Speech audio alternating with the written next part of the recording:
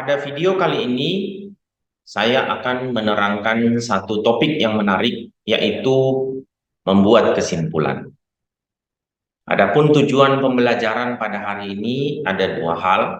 Yang pertama, saya akan menjelaskan mengenai pentingnya membuat sebuah kesimpulan dalam tulisan literatur review, dan yang kemudian saya akan menjelaskan bagaimana teknik yang baik sehingga kita dapat pula menghasilkan kesimpulan yang baik.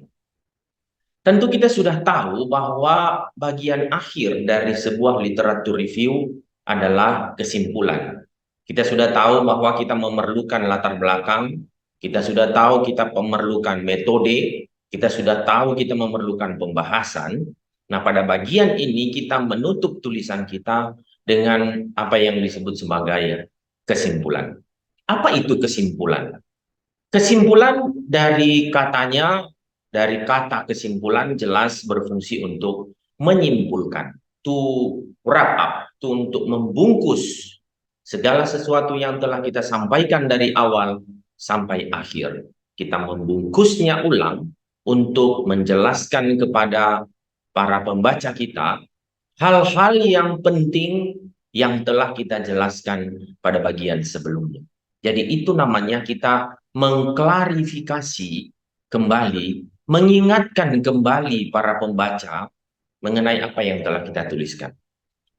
Ini menjelaskan kepada kita bahwa tulisan ilmiah itu memang seperti benang merah. Di latar belakang kita menjanjikan sesuatu untuk kita bahas. Di metode kita menerangkan apa yang kita lakukan untuk dapat memenuhi janji di latar belakang.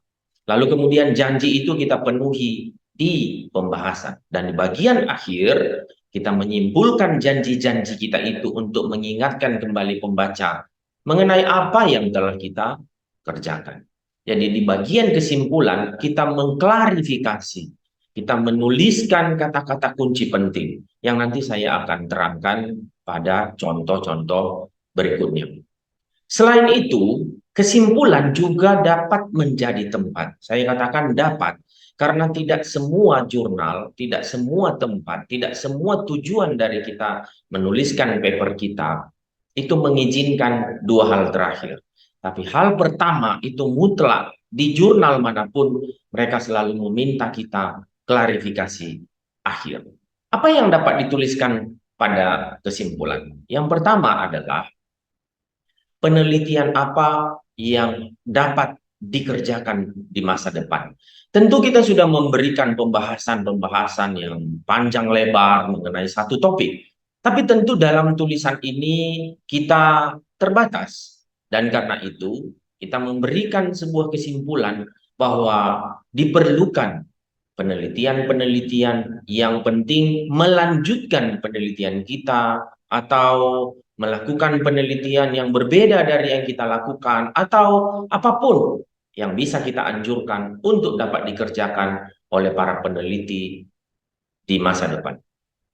Lalu yang berikutnya adalah yang juga dapat dimuat di kesimpulan adalah rekomendasi. Apa itu rekomendasi? Rekomendasi adalah sesuatu yang dapat dikerjakan secara applicable, dapat dikerjakan langsung secara teknis, bukan normatif.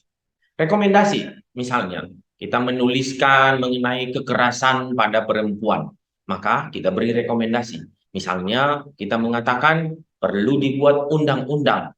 Nah, itu adalah sebuah rekomendasi yang konkret, yang applicable, yang dapat diterapkan langsung oleh orang yang membaca rekomendasi. Kalau misalnya kita membahas mengenai stunting, apa rekomendasi kita? Rekomendasi kita adalah misalnya kita mengatakan perlu diberikan sebuah pendekatan melalui lembaga tertentu. Itu adalah rekomendasi-rekomendasi yang bagi orang lain itu mungkin disebut dengan kata teknis. Teknis artinya yaitu tadi dapat diterapkan oleh orang yang membaca rekomendasi tersebut.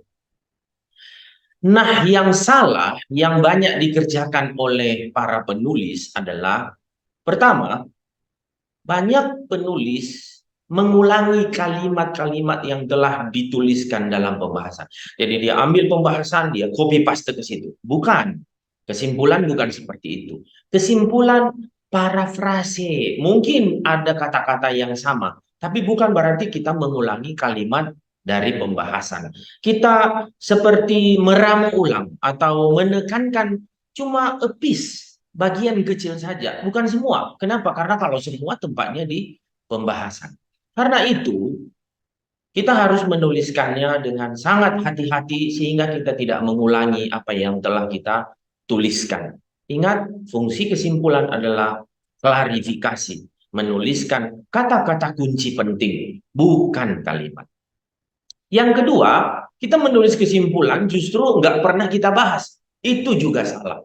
Jadi salah satu hal yang penting bagi seorang penulis untuk kerjakan adalah mencoba melihat kembali apakah kesimpulannya benar-benar telah dibahas dalam pembahasan atau isi. Tulisan ilmiah itu memang selalu bersifat reflektif ya. Latar belakang merefleksikan apa yang akan dibahas, diisi. Jadi cara ngeceknya juga gampang.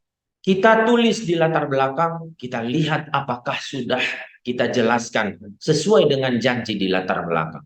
Lalu kemudian kita tulis metode, kita tulis apakah itu sudah terangkai dengan latar belakang, dan apakah apa yang kita tuliskan itu di metode itu sudah termuat di dalam pembahasan. Nah, kembali kepada kesimpulan. Apakah kesimpulan kita sudah tergambarkan, sudah teruraikan, sudah dijelaskan pada bagian pembahasan. Lalu kemudian nggak usah bertele-tele. Dari pengalaman saya menuliskan kesimpulan, kesimpulan itu bisa 1, 2, atau 3 paragraf. Jadi jangan bertele-tele. Kenapa? Karena orang sudah sampai di akhir. Mereka sudah selesai dengan pembahasan kalau mereka baca. Mereka hanya tinggal menuntaskan kembali, mengingatkan kembali mereka pada apa yang telah mereka baca. Itulah fungsi dari kesimpulan. Nah, sekarang saya akan memberikan beberapa contoh. Ini adalah satu kesimpulan, satu paragraf. Jadi, ini bercerita mengenai apa yang telah dibahas sebelumnya.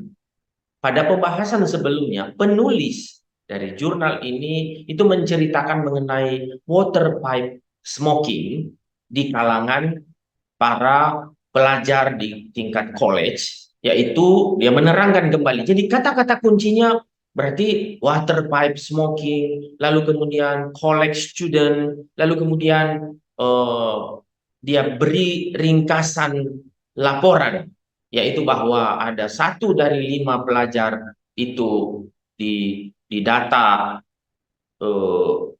dalam tahun yang lalu telah menggunakan water pipe smoking tadi.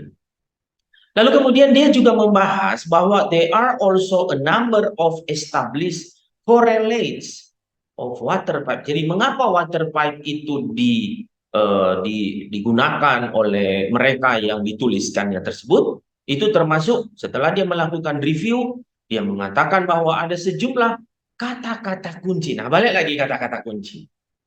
Kata-kata kunci yang kita tuliskan mungkin dapat berasal dari subheading dari pembahasan. Contoh, misalnya gender. Gender dan penggunaan water pipe smoking. Mungkin itu ada di bagian subheading dari pembahasannya. Lalu kemudian ethnicity and water pipe smoking.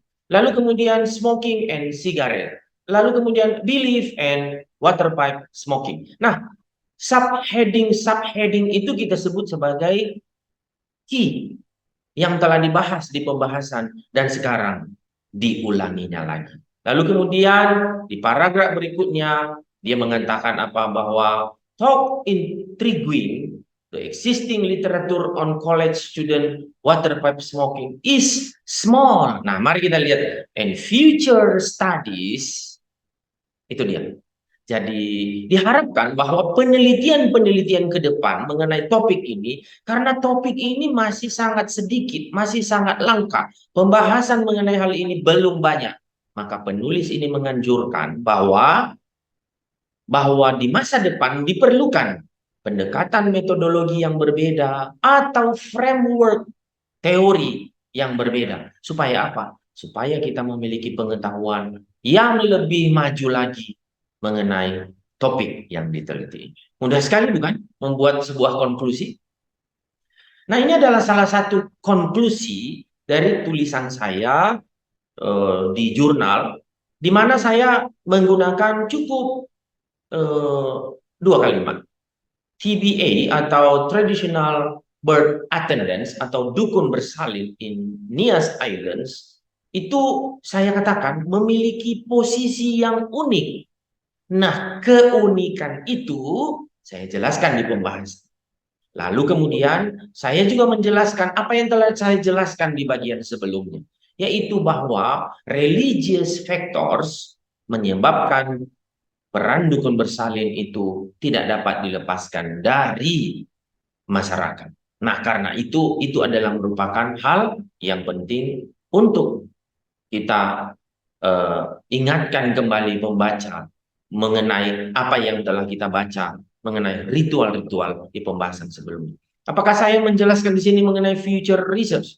Tidak. Apakah saya membahas di sini mengenai rekomendasi? Tidak. Dari sini kita bisa melihat bahwa beda jurnal, beda tempat kita melakukan, menuliskan penelitian, beda kita menampilkan sesuatu. Nah, ini juga adalah salah satu contoh konklusi yang juga saya tuliskan dalam sebuah jurnal. Lalu kemudian saya menerangkan bahwa studying the wisdom of the people in the past, saya mengingatkan kembali bahwa penelitian ini bicara mengenai kehidupan masyarakat di masa lalu, tapi memberikan insight kepada kita, khususnya tentang kematian dan kehidupan. Nah, jadi mari kita lihat kata-kata kunci yang telah kita bahas di bagian sebelumnya. Kita ulangi lagi di sini. Ingat, seperti telah saya terangkan tadi, yang diulangi adalah kata kunci.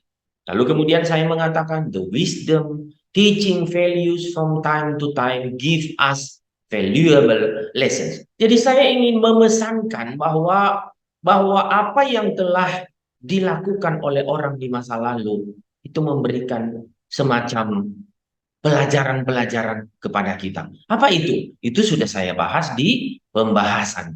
Nah, ada kata kunci yaitu tentang tradisi tentang patung.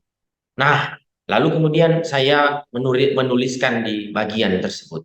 Lalu kemudian karena tulisan saya ini agak panjang, maka saya membuat sebuah eh, sebuah kata-kata kunci lain yang juga tetap berhubungan dengan apa yang telah saya bahas sebelumnya. Tradisi Hoho yang dilakukan oleh orang Nias mengingatkan kembali kita mengenai beberapa hal. Lalu kemudian karena tulisan ini merupakan review dari sebuah buku yang berjudul La Windrena, lalu kemudian saya kembali mengingatkan apa isi buku itu yang telah saya tuliskan di bagian sebelumnya. Saya ingin membagikan kepada Anda bahwa ada beberapa kata kunci yang dapat kita pakai kalau kita mulai menulis kesimpulan. Paragraf pertamanya itu dapat kita mulai dengan mengatakan, sebagai kesimpulan, lalu teruskan. Atau kita dapat menuliskan kata-kata berikut. Dapat disimpulkan bahwa, nah kalimat ini mungkin dapat digunakan di tengah-tengah ya. Contoh misalnya, setelah membahas mengenai kekerasan dalam rumah tangga, maka dapat disimpulkan jika kekerasan dalam rumah tangga ini lebih didominasi oleh persoalan konflik psikologis. Contoh, jadi dapat disimpulkan itu mungkin lebih baik digunakan di tengah-tengah kalimat. Atau kita ingin memulai kalimatnya dengan mengatakan untuk menyimpulkan. Kata-kata kunci ini yang ada di depan kalimat ini dapat menolong kita sehingga kesimpulan kita tinggal mudah untuk kita tuliskan selanjutnya. Saya ingin memberikan contoh lain mengenai apa yang sudah saya terangkan sebelumnya mengenai penggunaan kata. Coba lihat. Dari analisis di atas, maka dapat disimpulkan. Saya gunakan dapat disimpulkan. Kenapa? Ya balik lagi kepada keinginan kita supaya para pembaca kita memiliki ingatan kembali bahwa kita udah sampai di ujung. Tapi supaya jangan lupa dapat disimpulkan jika penanganan stunting selama ini hanya berfokus dan seterusnya dan seterusnya. Ini adalah cara membuat kesimpulan yang saya gunakan dalam sebuah tulisan review. Kesimpulan daripada materi hari ini adalah bahwa membuat kesimpulan adalah proses yang harus dengan serius kita lakukan. Kata kuncinya adalah bahwa kesimpulan kita paralel dengan tulisan kita. Dan di kesimpulan tersebut kita dapat membuat clue untuk future research atau mengenai rekomendasi mengenai apa yang harus dilakukan berikutnya. Demikian, terima kasih.